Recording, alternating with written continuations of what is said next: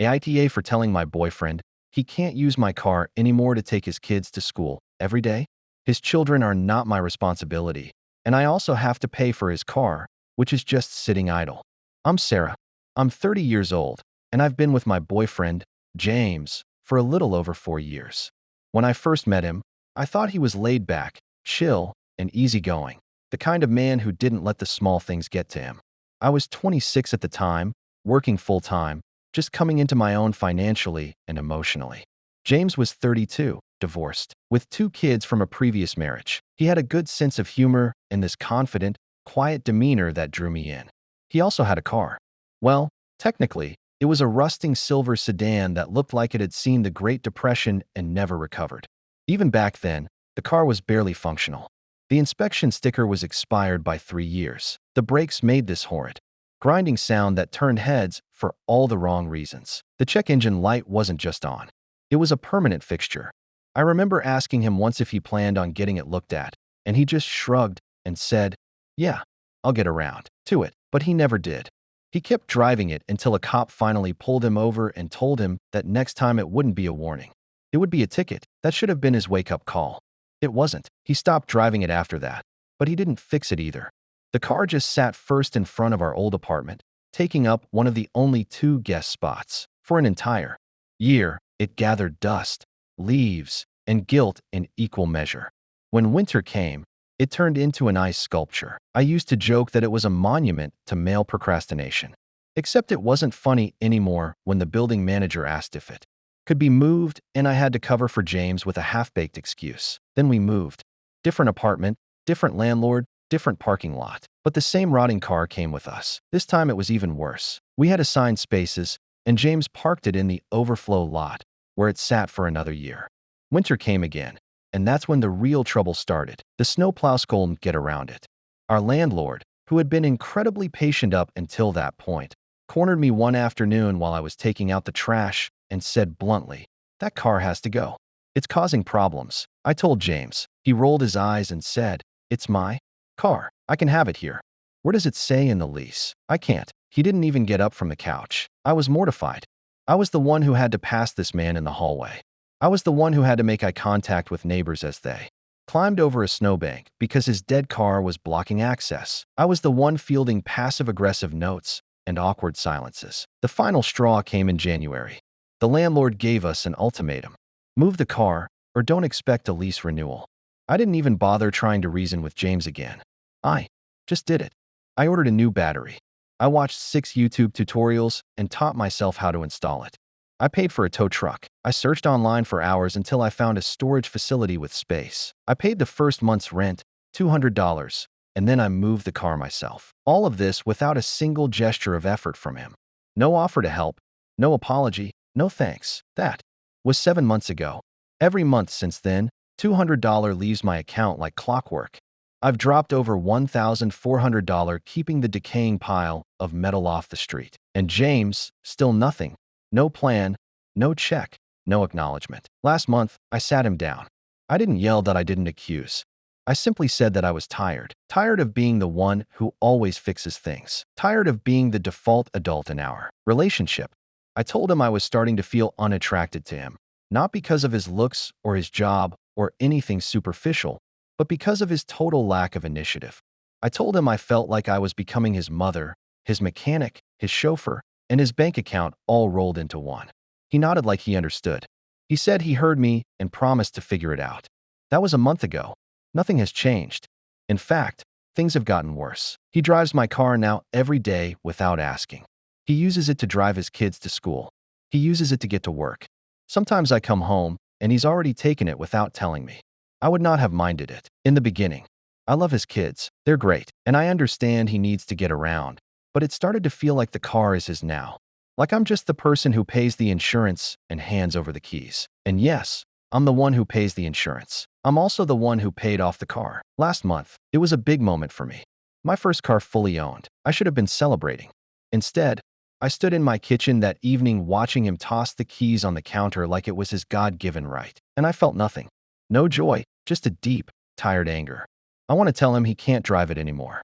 I want to tell him he needs to grow up and take responsibility for his own things. I even considered towing his broken car to his mother's house and letting them figure it out together.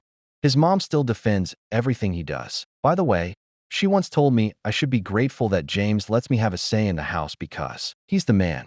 That was the moment I started fantasizing about never having to hear her voice again. I have done every bit of work on that car myself, the dead one in mine. I replaced the spark plugs, the alternator, and the battery. I didn't have a mechanic growing up. I had a single mom who taught me how to figure stuff out. And I did. I've always been proud of that. But lately, pride is starting to curdle into resentment. And still, he does nothing. I drive him to work. I pick him up. I pack the kids' lunches when they stay over. I handle our bills. I clean. I fix. I manage. And in return, he watches Netflix and tells me he's just tired lately. Aren't we all? I know this is building towards something. I can feel it in my bones. I haven't had the final conversation yet, but I will. I know it's going to be ugly. I know he's going to try to make me feel guilty or say I'm overreacting, but I'm done carrying this weight. I've given him every chance to step up. I've spelled it out. I've done the emotional labor and the physical labor, and all I've gotten in return is silence. Update 1. Okay, so a few days after posting my story, I finally did it. After months, years really, of dragging around the weight of James' dead car, I towed it. Not to a junkyard, not to another storage unit, not even to some random parking lot. I sent it where it should have gone in the first place, his mother's house. She has a huge driveway that barely sees any use. And when James and I first started dating, she was always more involved in helping him keep his life together. I figured if she wanted to keep defending him, if she thought he was such a man of the house, then she could deal with his literal wreck of a vehicle. The towing company cost me $130. I paid in cash. I didn't even flinch. The guilt came. Sure, for about a minute. That old voice in the back of my head, the one that sounds suspiciously like James's mom, whispered that I was overstepping, that it wasn't my car, and that I was stirring up drama. But I silenced it with one brutal truth. I had already spent nearly $1,500 over the last 7 months storing a car that didn't even belong to me for a man who couldn't be bothered to lift a finger. If anyone should feel guilty, it wasn't me. After the car was dropped off, I took a breath. Then, like ripping off a Band-Aid, I texted him. I told him exactly what I'd done. I moved your car to your mom's. I sat there staring at my screen, heart pounding, waiting for the inevitable explosion. I imagined the all-caps messages, the angry phone call, the accusations, and the passive-aggressive silence. I was prepared for all of it. Instead, I got a single letter back. Okay, just that, one letter. Like I had told him I picked up orange juice or turned off the porch light. Not like I had just uprooted the rusty centerpiece of his denial and dropped it in his mother's lap. I felt a confusing mix of relief and rage. Relief that I wasn't in for a screaming match. Rage that once again, he had dodged responsibility. With complete indifference. No follow-up, no explanation, no attempt to get the car back, just apathy. I thought that would be the end of it. I truly believed I was done dealing with the situation. But that night, my phone rang. It was his mother. I stared at the screen, debating whether to answer. My stomach twisted. I was expecting judgment. A lecture. Maybe even some guilt-tripping about how I had humiliated her son or made a scene. But curiosity won. I picked up. She wasn't mad. She was confused. Her voice was calm, but I could hear the disbelief. She asked me why the car had suddenly appeared in her driveway. I told her everything. I walked her through the past 2 years. The expired inspection, the warnings from the landlord, the snowplows that couldn't get through, the second apartment, the storage unit, the new battery, the $1,400, the silence, the sheer emotional weight of carrying something that wasn't mine just to preserve James' pride. She didn't interrupt, not once. When I told her I'd been paying out of my own pocket for months, there was a long pause on the line. A real pause, the kind that doesn't ask for forgiveness or try to come up with excuses. Then she told me something I did not expect to hear. She told me James had told her the car was gone, junked, and scrapped over a year ago. She thought it no longer existed, that it had been taken care of. He had completely erased it from his narrative. She had no idea it had just been sitting in storage this whole time, funded by me, waiting for him to grow up and take ownership of his own life. And then she asked how long I've been paying for it. I told her 7 months, $200 a month plus the tow truck, plus the battery, plus the parts one replaced with my own hands. watching videos online, and driving to auto parts stores on weekends while James played video games in his sweatpants. She was quiet again for even longer this time. I stood in my kitchen, phone to my ear, staring at the calendar on the wall that still had his kid's school schedule pinned to it. I waited for her to say something that would make it all make sense, but nothing came. Just when I thought the silence would stretch into awkwardness, she finally spoke. Her voice was softer now, almost tired. Not angry, not defensive, just sad. She said something I didn't expect to hear from her. Not from the woman who used to tell me James was just a little disorganized. Not from the woman who once accused me of trying to dominate the relationship because I made more money than she did. She said, "You deserve better than this." That shook me. Update 2. The next big step came faster than I thought it would. After the whole towing situation and after his mother unexpectedly sided with me, after everything, I knew it was time to draw a real boundary. Not a suggestion, not a gentle nudge, a line. I had spent so long trying to be understanding. So long, telling myself that relationships take compromise, that some people grow at their own pace, and that if I just held on a little longer, maybe he'd catch up. But watching his mother, the one person who had always defended him, turn quiet and tell me I deserved better, that was a wake-up call. I didn't need to wait anymore. I didn't need to bend myself into smaller and smaller shapes to make room for someone who never intended to stand up on his own. I told James he couldn't use my car anymore to get to work. Not to run errands. Not to pick up his kids or drop them off. Not to get takeout or visit friends. It was no longer shared, no longer up for debate. My name was on the title. I was the one who paid it off. I was the one who maintained it, insured it, fueled it, and repaired it. If he wanted to keep driving, he'd have to figure it out on his own. I braced myself for the inevitable argument. I expected the usual routine. He'd dismiss my concerns, call me dramatic, promise to do better, and then conveniently forget that promise before the week was out. But this time, something was different. He didn't say anything. For 2 whole days, he barely spoke a word to me. No argument, no explanation, just silence. He still let me drive him to work and back, though now it felt like a hostage exchange. More than a relationship. He would mumble, "Thanks," when getting out of the car, and then disappear into his own world. No small talk, no checking in, no emotion. It was like living with a ghost that could still leave dirty dishes in the sink. I started to feel like I was living with a roommate who had a grudge against me. The apartment was tense in a way that wasn't loud but sharp. The quiet was filled with unspoken resentment. He didn't cook. He didn't clean. He didn't try to talk. He just sat in the living room watching shows on his phone and eating whatever I had left in the fridge. It was surreal to think I'd once considered building a life with him. And then on the 3rd morning, the silence turned to something much worse. I got up for work like usual, made my coffee, and went to grab my keys from the ceramic bowl by the door, and they weren't there.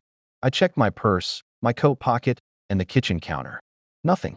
My heart started beating faster. I knew immediately what had happened. He had taken them.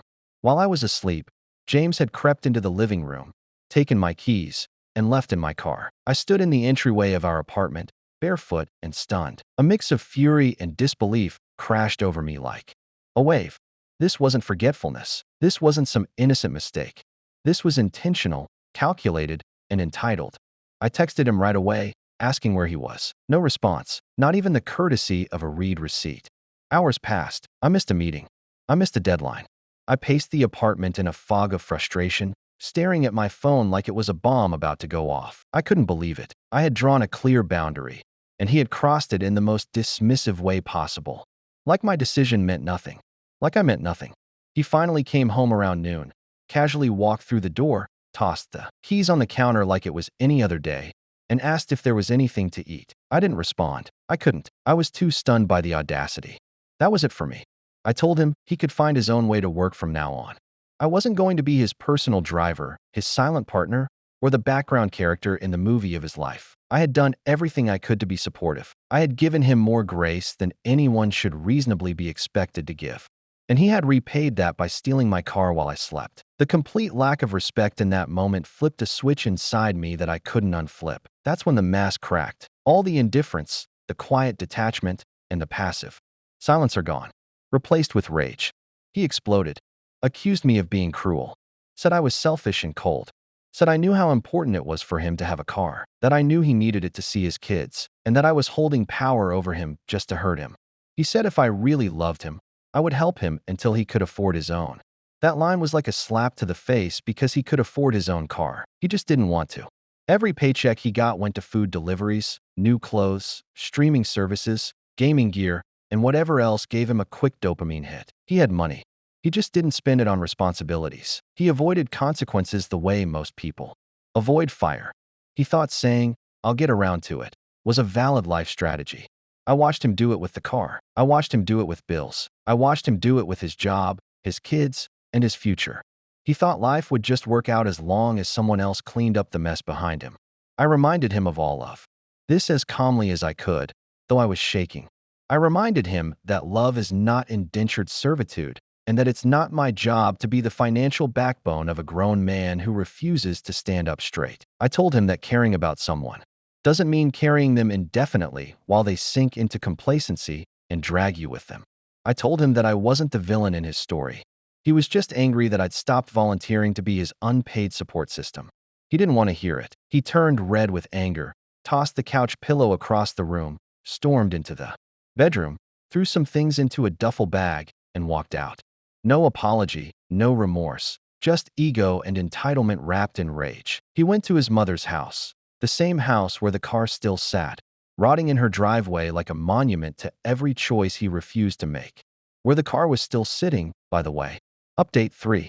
A week later, I ended it. There was no screaming match, no dramatic final confrontation, just a quiet moment between two people who had already drifted far enough apart that the end felt less like a break and more like an acknowledgement of what had already broken.